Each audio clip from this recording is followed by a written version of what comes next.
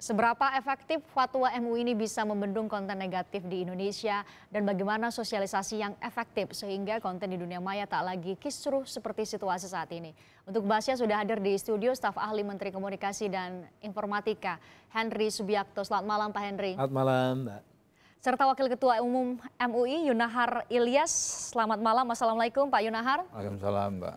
Pak Yunahar, memang MUI kemudian sudah melihat ini separah itu kemudian harus mengeluarkan fatwa hukumannya aturannya adalah haram bagi mereka yang kemudian menyebarkan hoax ada beberapa desas-desus bahkan kemudian fitnah dan lain sebagainya. Ya ini memang sudah sangat mengkhawatirkan, menakutkan. Dampaknya sangat luar biasa. Dan sudah sangat terlihat bagaimana kita terpecah ya Pak Yunahar. Orang bisa pecah, bisa berkelahi, bisa konflik. Tetangga berantem. Tetangga, suami istri juga bisa berantem antar suku, antar agama. Jadi ini sudah sangat mengkhawatirkan. Jadi walaupun ajaran-ajaran yang difatwakan itu memang dari awal sudah dilarang. Jadi ghibah dalam Al-Quran memang dilarang, nggak boleh bicarakan keburukan orang lain walaupun itu faktual. Di belakang orang itu untuk tujuan menjelek-jelekkannya. Kemudian tidak boleh ada fitnah, ini lebih bahaya lagi. Fitnah sesuatu yang tidak terjadi. Tidak boleh adu domba atau namimah.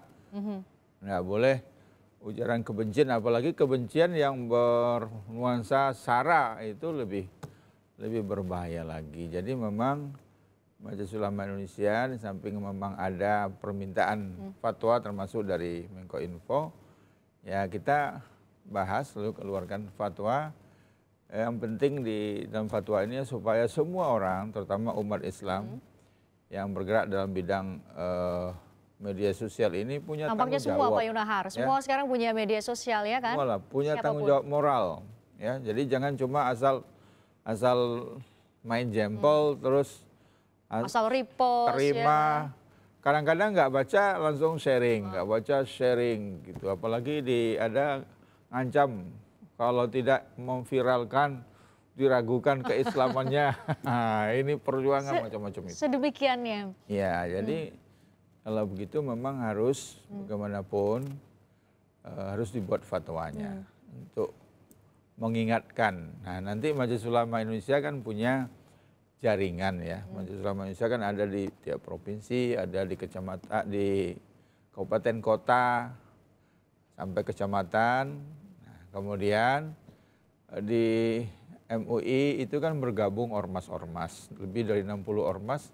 Nah, kita mengharapkan pimpinan-pimpinan ormas itu ikut mensosialisasikan para ulama, ustadz, mubalik, dai. Coba ajak semua orang. Gunakan ini. Walaupun mungkin sebagian sudah ada, tapi bisa lebih masif lagi untuk mengingatkan tanggung jawab. Ya, jangan asal kirim, asal ketik. Sebab memang Luqmanul Hakim yang disebut-sebut di dalam Al-Quran, orang yang bijak itu pernah ditanya, apa bagian yang paling baik dari tubuh manusia? Dia jawab lidah. Karena lidah itu bisa menyatukan dua orang, menyatukan dua bangsa. Ditanya lagi apa bagian yang paling buruk? Lidah juga. Karena lidah bisa memisahkan dua orang, memisahkan dua bangsa. Nah sekarang itu lidah itu diwakili oleh dua jempol. Nah ini lidahnya sekarang itu dua jempol ini. Di era kekinian ya? Ya, jadi itu. Pak Henry, kemudian Kemenkominfo kan tadi meminta MUI untuk mengeluarkan fatwa. Ini adalah salah satu bentuk dari upaya Kemenkominfo untuk kemudian merangkul lebih banyak setidaknya tokoh-tokoh kunci untuk kemudian bisa mensosialisasikan secara luas bagaimana bermedia sosial dengan bijak. Artinya begini, sebenarnya kan kalau fatwa itu kan norma agama. Sementara negara sudah membuat norma hukum positif, yaitu Undang-Undang ITE. Atau peraturan di bawahnya juga ya? Peraturan di bawahnya, tapi memang Undang-Undang ITE ini juga cukup banyak ya. Cuma memang kalau saudara-saudara kita dari ulama itu juga mengeluarkan fatwa, berarti ada norma yang lebih tinggi begitu kan, kaitannya dengan kepercayaan. Itu sangat bagus, itu sesuai, kenapa? Itu menjadi sinergi. Yang satu adalah aturan hukum positif ditegakkan oleh penegak hukum, yang satunya adalah agama juga memang menyarankan demikian. Kalau orang mungkin katakanlah masih merasa bagian dari agama Muslim, Islam begitu, Di orang menghormati Indonesia. para kiainya ya ngikutin juga begitu. Dan ini sebenarnya adalah awalnya saya melihat bahwa tidak hanya MUI, karena sempat saya juga terlibat diundang itu teman-teman dari Muhammadiyah juga bikin yang namanya fikih informasi, cuman belum selesai.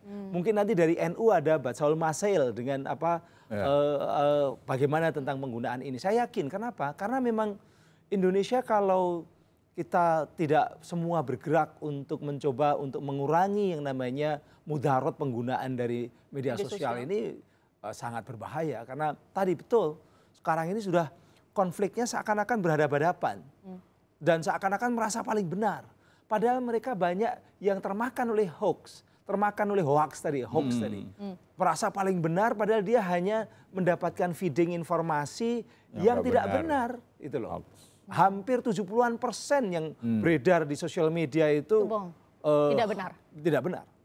Hoax. Kenapa? Karena memang mudah sekali orang bikin hoax. Dan ada yang punya kepentingan terhadap hoax ini. Ada yang punya kepentingan terhadap hoax, ada yang kemudian disebut buzzer hari-hari ini yang kemudian mendapatkan keuntungan dari itu tanpa kemudian menimbulkan kerugian begitu besar, yaitu pertaruhannya adalah perpecahan di antara bangsa. Bagaimana kemudian hukum positif bersinergi dengan hukum agama supaya semuanya efektif untuk membuat kita semua bijak menggunakan media sosial. Kami akan lanjutkan dialognya usai jeda di Kompas Malam.